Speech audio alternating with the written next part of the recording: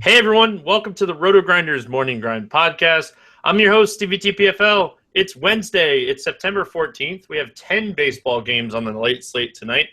Going to kind of skip over the 5 early games.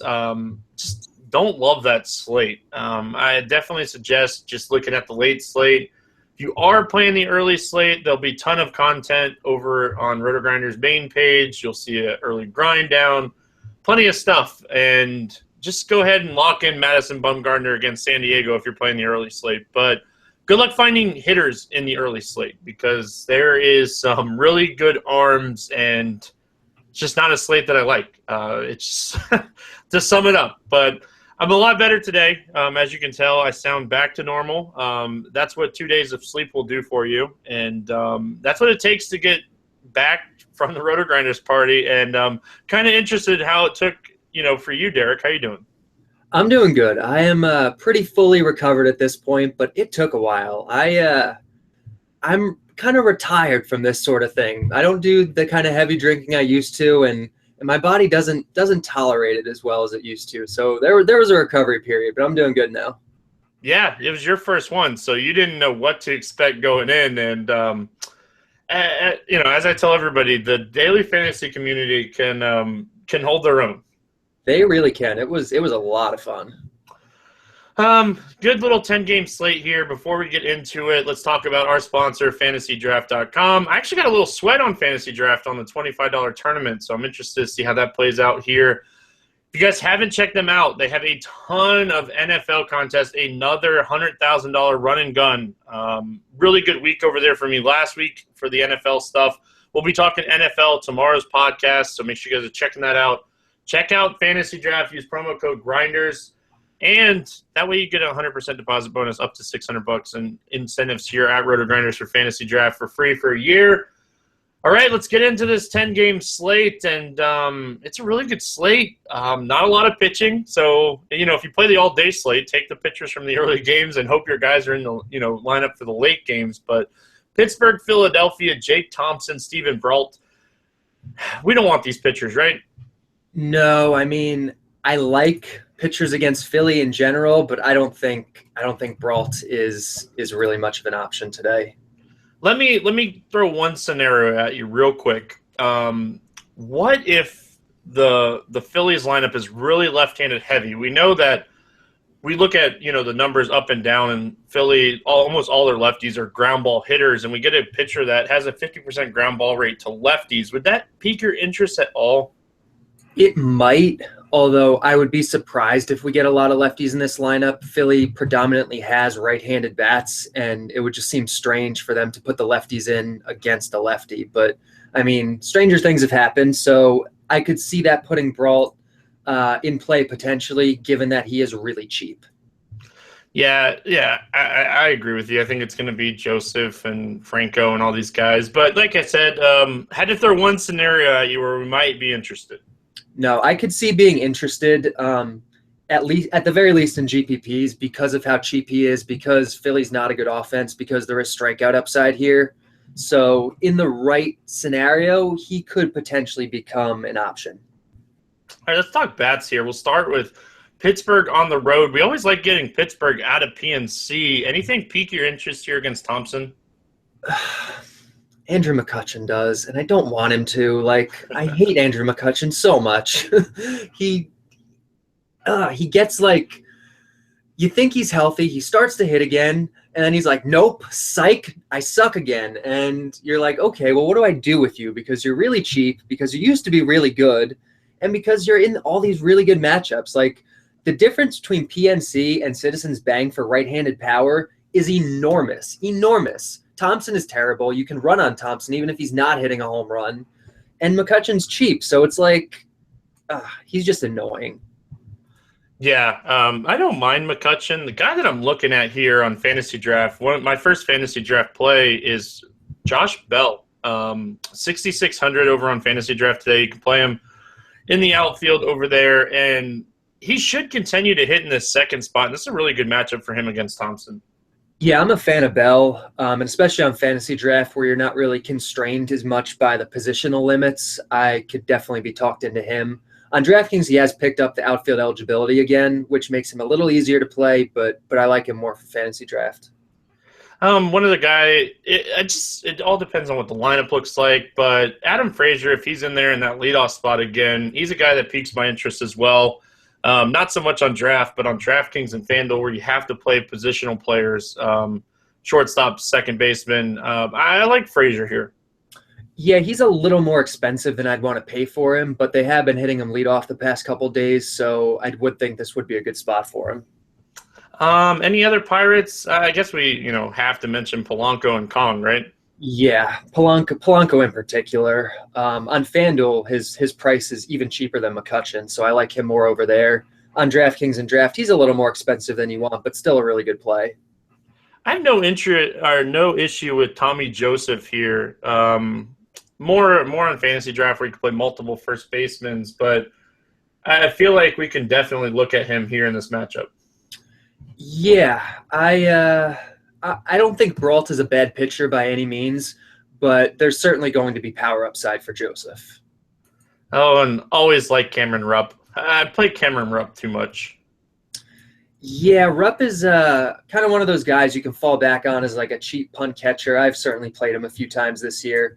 The guy that I'd be, I guess, maybe a little more interested in on the Phillies is, I actually haven't checked his price yet today, but yeah, he's still cheap. Roman Quinn has been hitting second for them the past, I think, 3 days. He's a guy who, he doesn't have a lot of experience at the upper levels yet, and his bat's a little bit in question, but he's so fast. Like, this guy is basically Billy Hamilton light. He's only a little bit slower than Hamilton, which is saying a lot.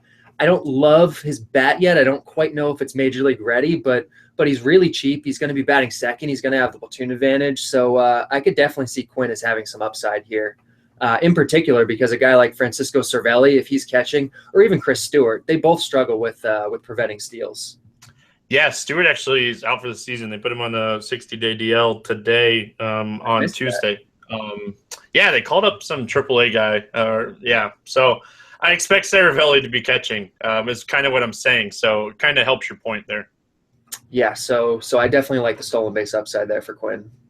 All right, Baltimore at Boston. Rick Porcello, Kevin Gossman. Porcello, a guy that I don't think I've been able to get him right all season, but he just continues to go out and have quality starts.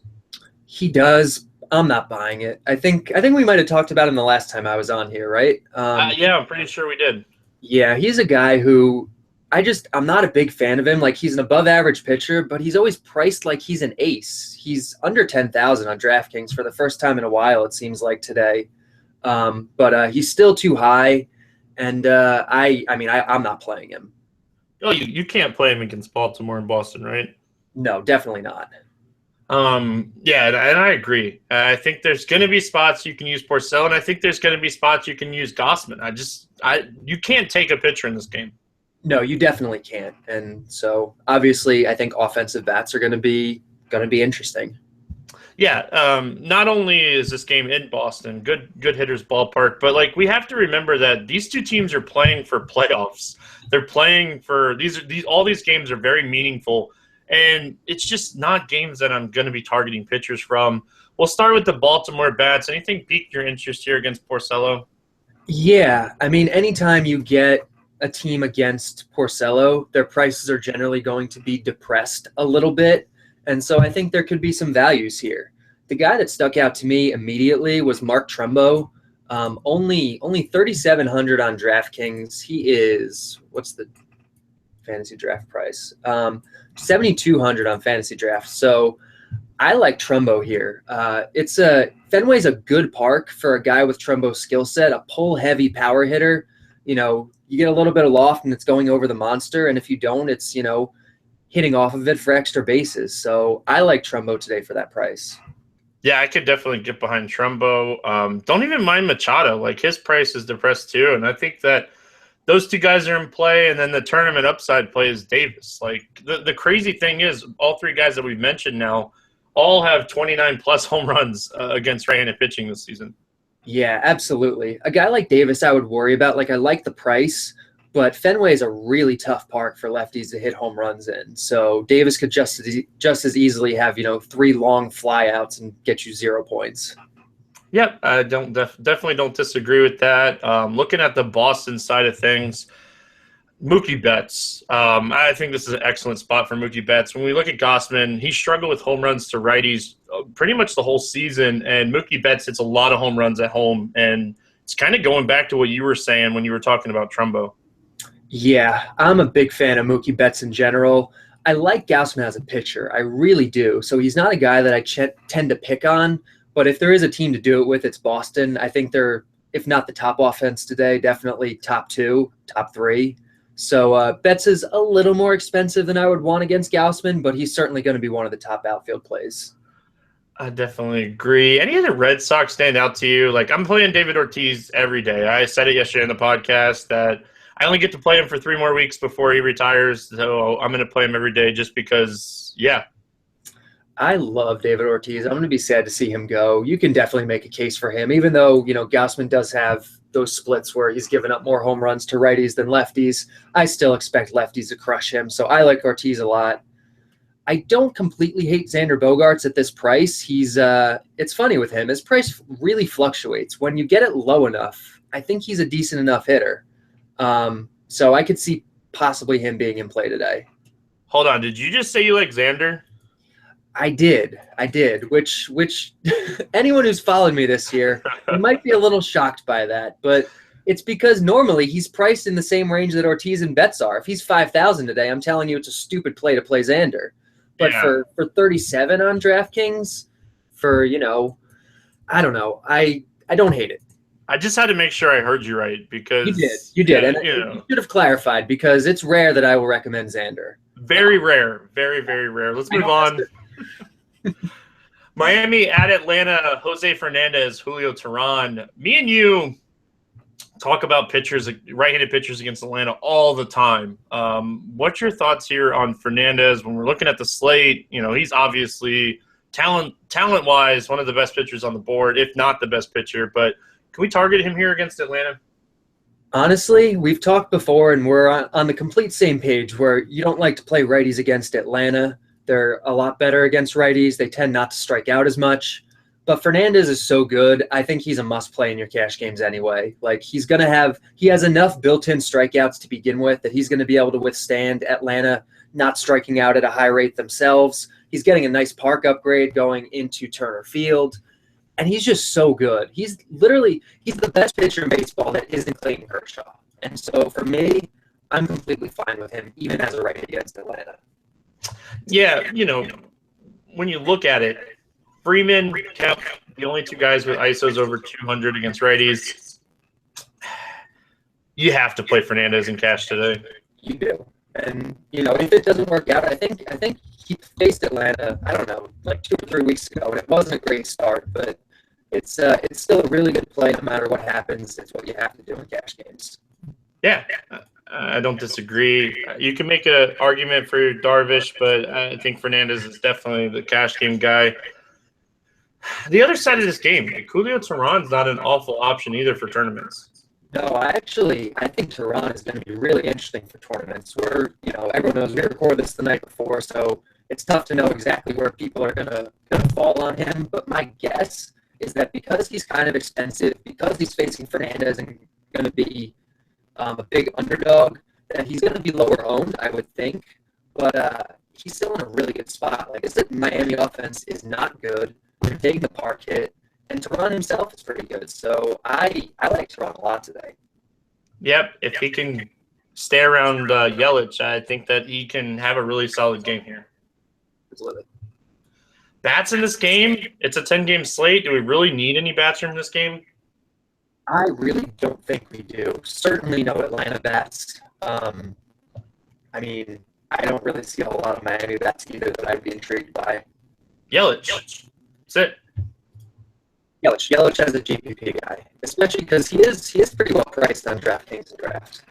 Yeah, I could play Yelich every day. Big fan of Yelich, and yeah, definitely a tournament play only, but he's a guy that I like in tournaments for sure. And if you believe in the BVP, Miami crushes Teheran, so make a Miami stack. I'm not going to comment on that. I know you're not. I'm just saying, like, I just happened to pull it up, and, like, I was shocked that, like, Dietrich, Bohr, Ozuna, Yelich, Prado, all passion. I mean, all right. Milwaukee at Cincinnati, so Derek doesn't go crazy here talking about BVP. Guerrera against Adelman. Can you make a case for Herrera here, or are we just fading both these pitchers? I think we're fading both of them. You could try to make a case for Garrett here, but he's still not completely stretched out. He's still probably only going to go maybe 90 pitches today, and so I don't think that's going to be enough. Let's talk bats. A lot of bats in this game. Great ballpark. It's in Cincinnati. Looking at Milwaukee first, it's Braun, VR, Carter, right? Yeah, I love Milwaukee today. They're one of the top offenses on my board. Their prices are really nice. I will be having lots of Brewers exposure today, I would imagine, in my cash game. So, yeah, it's Braun, it's VR, it's Carter. I like Scooter or Neuenhuis, whichever one of them winds up hitting second. I think they're both really well priced. So, I'm a big fan of the Brewers today. Looking at – I'm echoing on your screen. Do you have a headset on, or are you speakers? I have speakers. Do you want me to try to put a headset on? Real quick, if you don't mind, because it's really bad. I hope they don't hear it. I mean, I do it the same way every time. So yeah, I know. It usually doesn't do that. Let me figure this out. Give me 1 sec.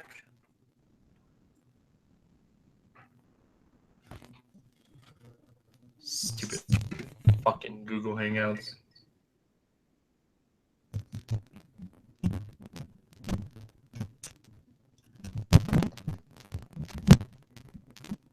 Knew we couldn't go a whole podcast without an issue. Yeah, that's our luck. It was fine until the start of the Milwaukee-Cincinnati game. Okay, cool then. So we can start that over if you want. Yeah. Kind of hoping it was just going to go away.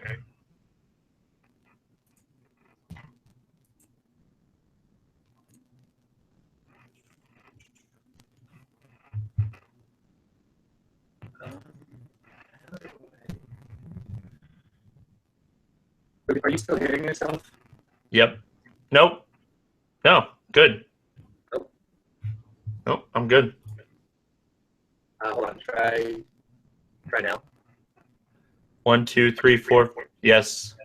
All right. So I'm hearing you through my headphones, but I think you're also coming out of the computer speakers. Hold on. Let me try this one. Okay. What about now? Try it. Oh, wait. Hold on. I gotta save it. Okay. Now. 1, 2, 3, 4, 5, 6. Good. You hear me fine? Yeah. All right, we're going to pick up on this Milwaukee-Cincinnati game again. Next up, we have Milwaukee at Cincinnati. Guerrera against Adelman. We can't target pitchers in this game, right? I really don't think so. Garrett's an interesting guy, but he's going to be limited. He's still getting stretched out, probably only 90 pitches today. So even though Cincinnati's weak, even though this is a park that is a little bit conducive to strikeouts, I think you really have to stretch to try to consider him. And definitely no Adelman. Adelman is awful. Yeah, when we were looking at Adelman's stats, small sample size against righties this season, 26 innings, but 2.73 ERA. And his xFIP is 5.38. So a lot of regression coming against righties. And Ryan Braun, Chris Carter, and looking at the lefties, VR. I like the top of the order here for Milwaukee a lot. I love Milwaukee in general. They're one of my favorite teams today. They rank, I think, second or third for me. And it's easy to see why. It's a great park. It's a terrible pitcher. It's a bad bullpen. And their prices are really nice. So I'm all about VR, Braun, Carter. And whoever winds up hitting second, whether it's Scooter Gennett or Kirk Neuenhuis, I think both of them are very well priced. Yeah, and you get Gennett at super, super cheap prices here, pretty much on every site. So I don't hate that at all. Looking at the Reds side of things, it's a good day for the Reds as well. It's a good spot because they could get into this bullpen in the fifth inning. Absolutely. So, Milwaukee's bullpen might even be worse than Cincinnati's at this point. So I would be fine with some Reds. Votto priced up here, so you're really going to pay a premium for him. But you get Adam Duvall at a pretty solid price tag at 7,600 over on Fantasy Draft. And real quick, going back to the Milwaukee side, Broxton, since being called back up, he's been on fire. Yeah, Broxton's been really good. He's made some adjustments, it looks like. The problem with him in cash games is that he hits too low in the order generally to be worth that high of a price, but he is a guy whose talent I'm a fan of. Oh, man, it is freaking storming outside of my house right now so bad. So hopefully we don't lose the podcast in the middle of it. Let's move on to Oakland at Kansas City, Ventura against Sean Manaea. I'm really interested in Ventura here. I know I shouldn't be, and it's probably going to be a slippery slope, but it's just, man, Oakland's so terrible. I'm not going to try to talk you off him. I think he's an interesting GPP guy today. He's one of the better cheap options on the board, even though I tend not to like pitchers in Kauffman because it suppresses strikeouts. And even though Oakland, given that day's lineup configuration, often doesn't project to strike out very much, Ventura does get strikeouts. For all of his issues, he does get strikeouts. He's going to get enough of them. The run suppression should be there. I don't mind Ventura in GPPs. His biggest issue is walks, right? Like, that's the thing that, control walks.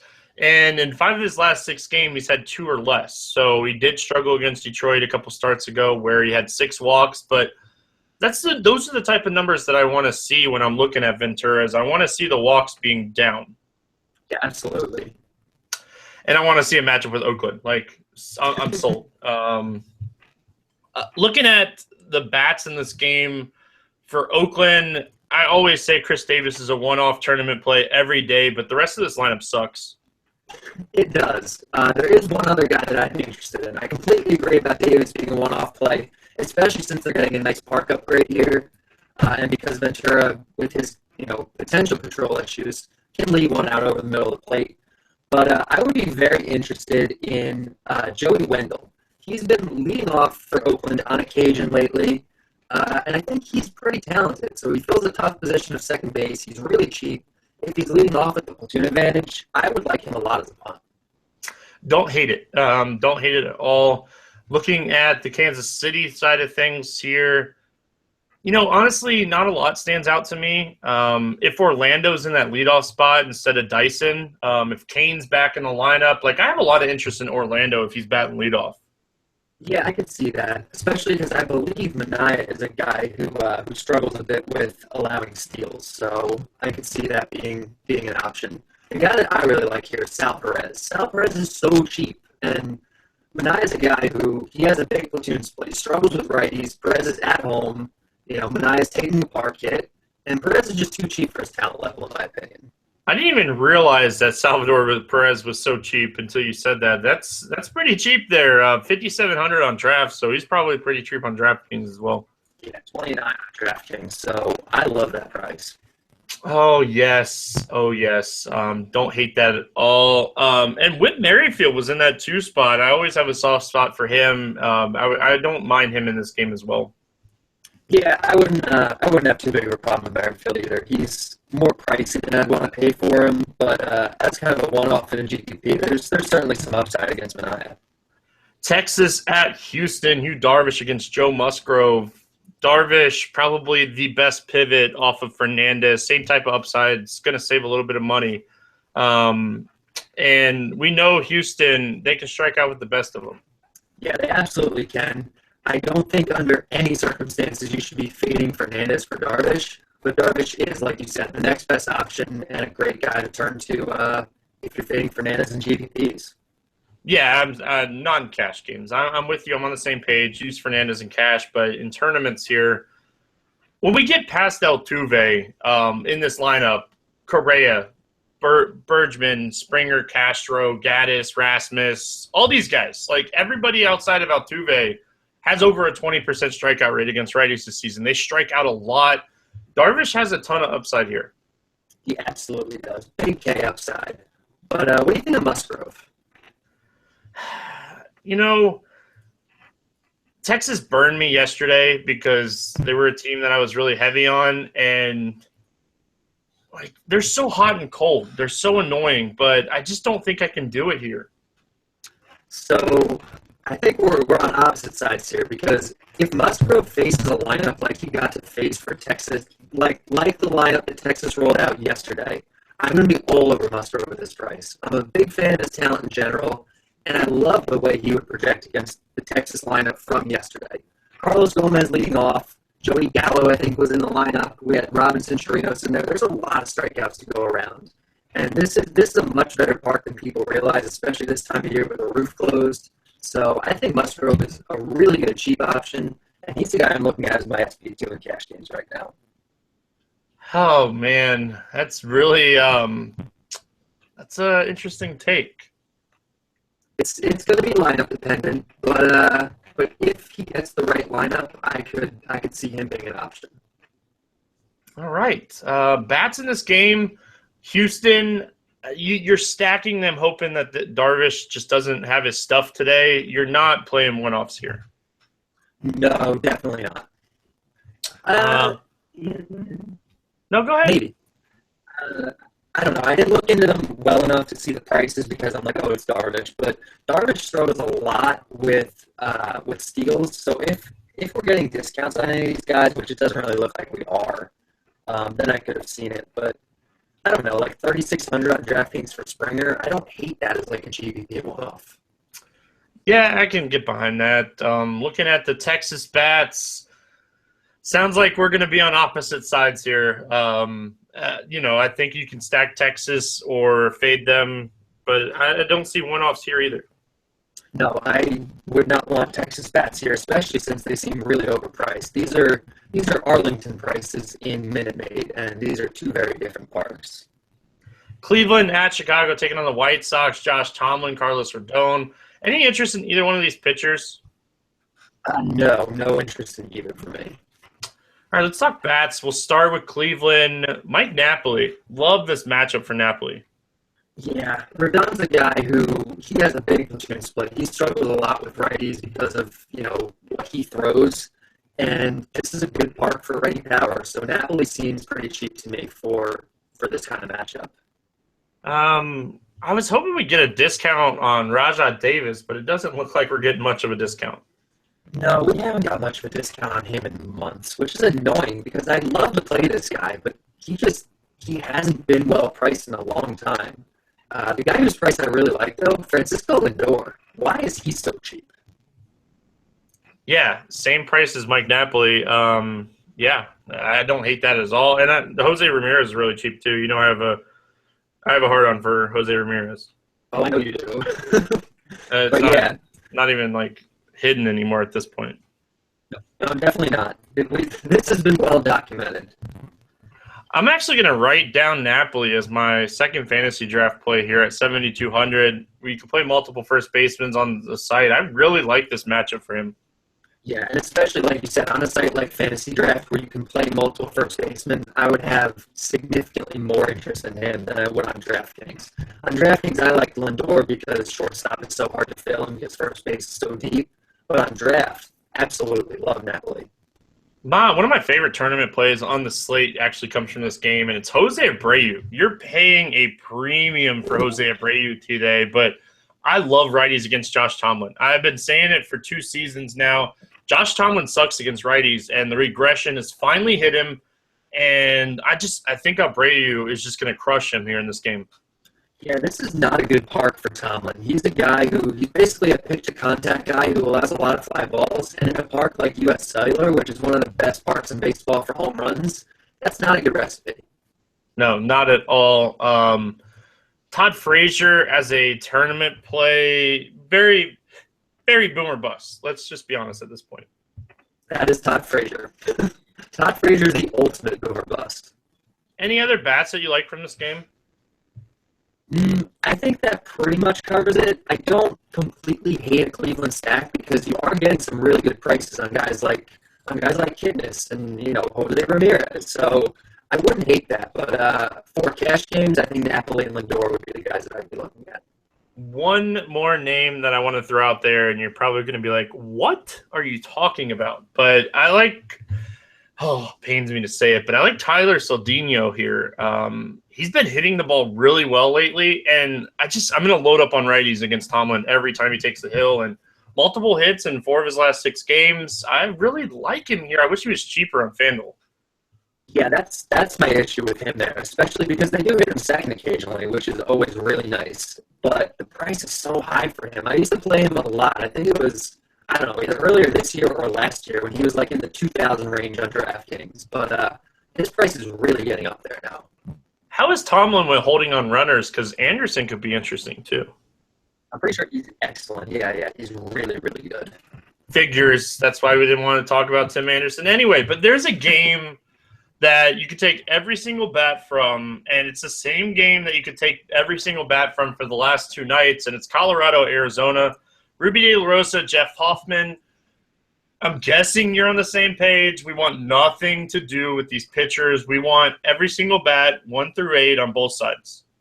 Yeah, maybe not 1 through 8 in cash games, but I am all about bats here. We got our first open roof night in Chase Field last night in a long time.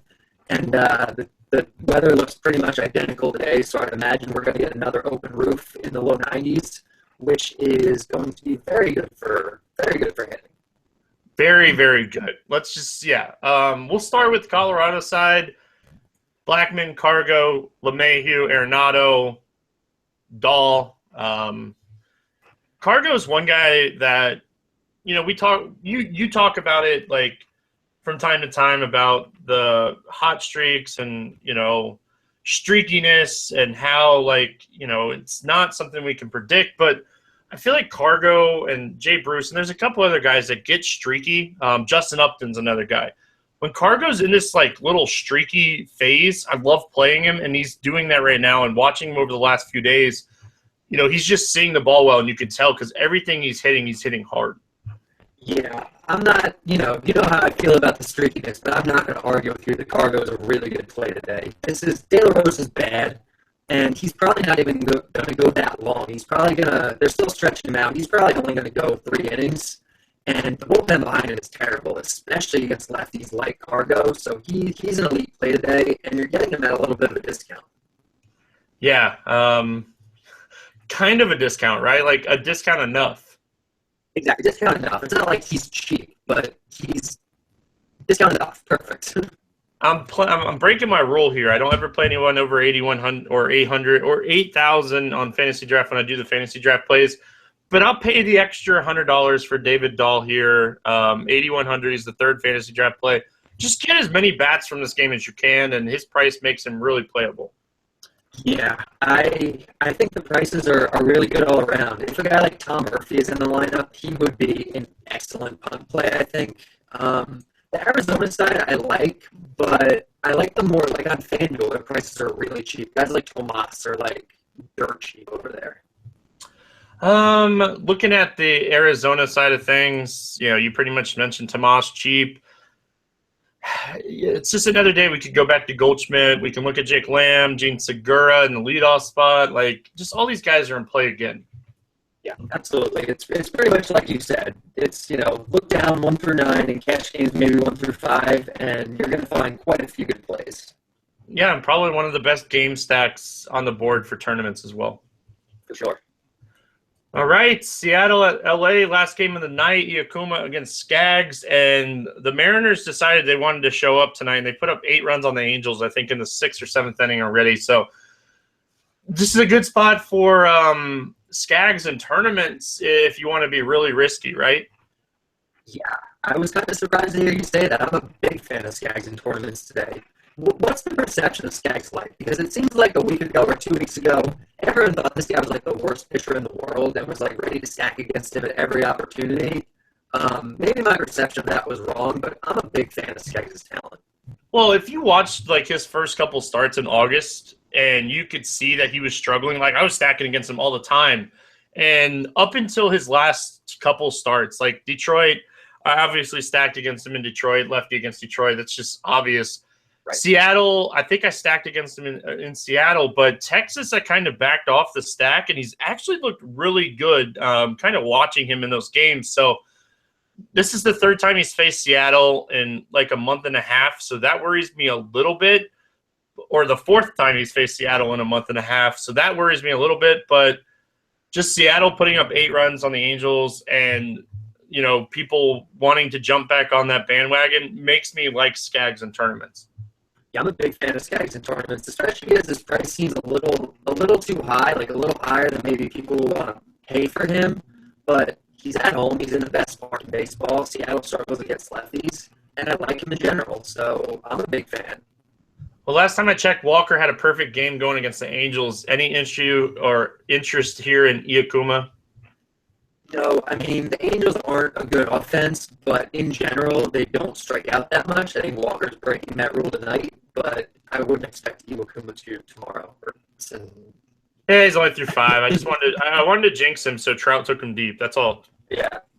Looking at bats in this game, probably one of the worst ballparks, on the slate for hitters being in Los Angeles. Weather-wise, this game is going to be mid-70s to high 60s throughout the game. It just seems like a game that we can kind of stay away outside of like your Mike Trout, Robbie Cano, Nelson Cruz type guys. Yeah, that's kind of the way I'm looking at it too, especially because those guys are expensive. You're not getting any kind of discount on them despite facing a couple of pretty good pitchers. So I see very little interest here. Yeah, Cruz and Trout, really the only one-offs that I would play here. I know I mentioned Cano, but I was hoping he'd be in like the 6,000s on draft, and 7,800, you're really not getting a discount for Robinson Cano against the lefty. Yeah, I'm with you. All right, that's gonna wrap it up here for the game-by-game breakdown. Let's talk some home run derby. Do we want to rule out Arizona? Like that kind of makes it more fun, right? Yeah, I think we can kind of apply the Coors rule here and keep those guys off the board. Yeah, I think me and you are on the same page. We think the Arizona-Colorado game is going to be really high scoring. No reason to include that in the home run derby. So I'll let you bat lead off here and knocked it down to 9 games now. I'm gonna go with Ryan Braun as my first one. I love that. Love that call. I'm going to go Mookie Betts. I like that too. All right. I'm going to go a little more off the board, but if I'm picking Braun, I have to pick Carter. Carter has bigger power than Braun does, so I like Carter a lot today. Would you believe me if I told you I played Carter and Cash on Tuesday night? I would give you a pat on the back because very few people have the balls to do that, but that's the kind of move that I would make. I'll probably be playing him in Cash tonight. Oh, yeah. One guy that, we didn't really talk about, and I'm trying to lock up the Red Sox home run, and this one's very, very, very, very risky, but Dustin Pedroia is the hottest hitter in baseball right now. They just can't get him out. He doesn't have a lot of home run power, but I love Petey today. Yeah, that is an interesting home run call. I can see him definitely putting up points, but a home run, that's gutsy. Do yourself a favor real fast, Eric, and look at his game log. All right, let me pull up Pedroia's game log. Is he really that hot? Like, how hot is he? You tell me if hot streaks are real with Dustin Pedroia when you pull up his game log. I'm not arguing the hot streaks aren't real. My argument is, oh my God. Right? Come on, like multi-hits in like 8 of 10, I think. It's got to be more than that. This is insane. Nobody realizes it. Nobody realizes either. He's been like 4% owned every night. This is crazy. Yeah, I think it's His ever goal since is like 600 over the past like 2 weeks. It has to be. Yeah, so like ever since he came back from like the family incident where somebody passed away in his family, like he has just been insane. Yeah, that's crazy. All right, fine. Dustin Pedroia. I know, like I'm gonna go a little crazy. As long as you don't take my pick here at the last one. I'm going to go on the other side of this game, and I'm going to take Mark Trumbo. I'm glad you didn't take my pick. I had him written down in the wrong order, but Jose Abreu is my last one. I love this spot for him. Yeah, it's a good spot. I have no problem with that. All right, this one's going to be fun. At the end of the day, if you had to pick one pitcher not named Fernandez or Darvish, hold on 1 second. Did Darvish get scratched? He hadn't been when we started this podcast. I know, but FanDuel removed him from projected pitchers as we were doing the podcast. Well, that's interesting. All right, timeout real quick. While we're still on doing the podcast here, it looks like Derek on the MLB.com. Derek Holland? Which now, Astros bats, especially because you're getting that Darvish discount, and because it's righties against the bad lefty, they're going to be all over them. Oh, buddy. Like, I'm glad I just noticed that because we were about to do the pitching and, like, I take out the guys that are over 10K. And if it's Holland, you know, everything that we said about the Astros kind of goes out the window. Oh, you know what, though? I hate that. I hate that because I like Joe Musgrove, and now he's going to turn into a big favorite, and his ownership is probably going to go up. Yeah, I kind of like Musgrove a little bit more now, though. That's so annoying. You're not allowed to like him, all right? We already went over this. You said you don't like Musgrove. You're not allowed to play him. Tell all your friends. Oh, man, I love this. I love the Astros stack now. So I hope everybody – see, this is the benefit of listening to the pitcher section of who's going to win because you get to hear this – you get to hear live on air the pitching change and how me and Derek kind of changed our minds. Yeah, Astros are going to be huge discounts. All right. Well, Jose Fernandez is the only pitcher over 10K. So if you had to pick one pitcher not named Fernandez to win, who do you got? Musgrove. Well, I kind of knew that was coming. Can't lie. I'm going to go Ventura against Oakland. Like, I feel like it's kind of chalky that I'm going to take Kansas City pitchers every day, but Oakland stinks. Yeah, they do. I'm completely fine with that.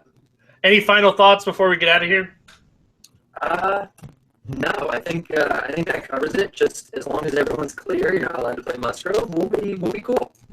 All right. I'm gonna go cheer for some more Arizona runs as they continue to score here against the Rockies in the bottom of the fifth. It's now 10-4, and all the money. That's going to do it here for the Wednesday edition of the Morning Grind podcast. We'll be back on Thursday to talk some NFL, so make sure you guys tune in for that, and we'll see you then. Good luck in your contest tonight.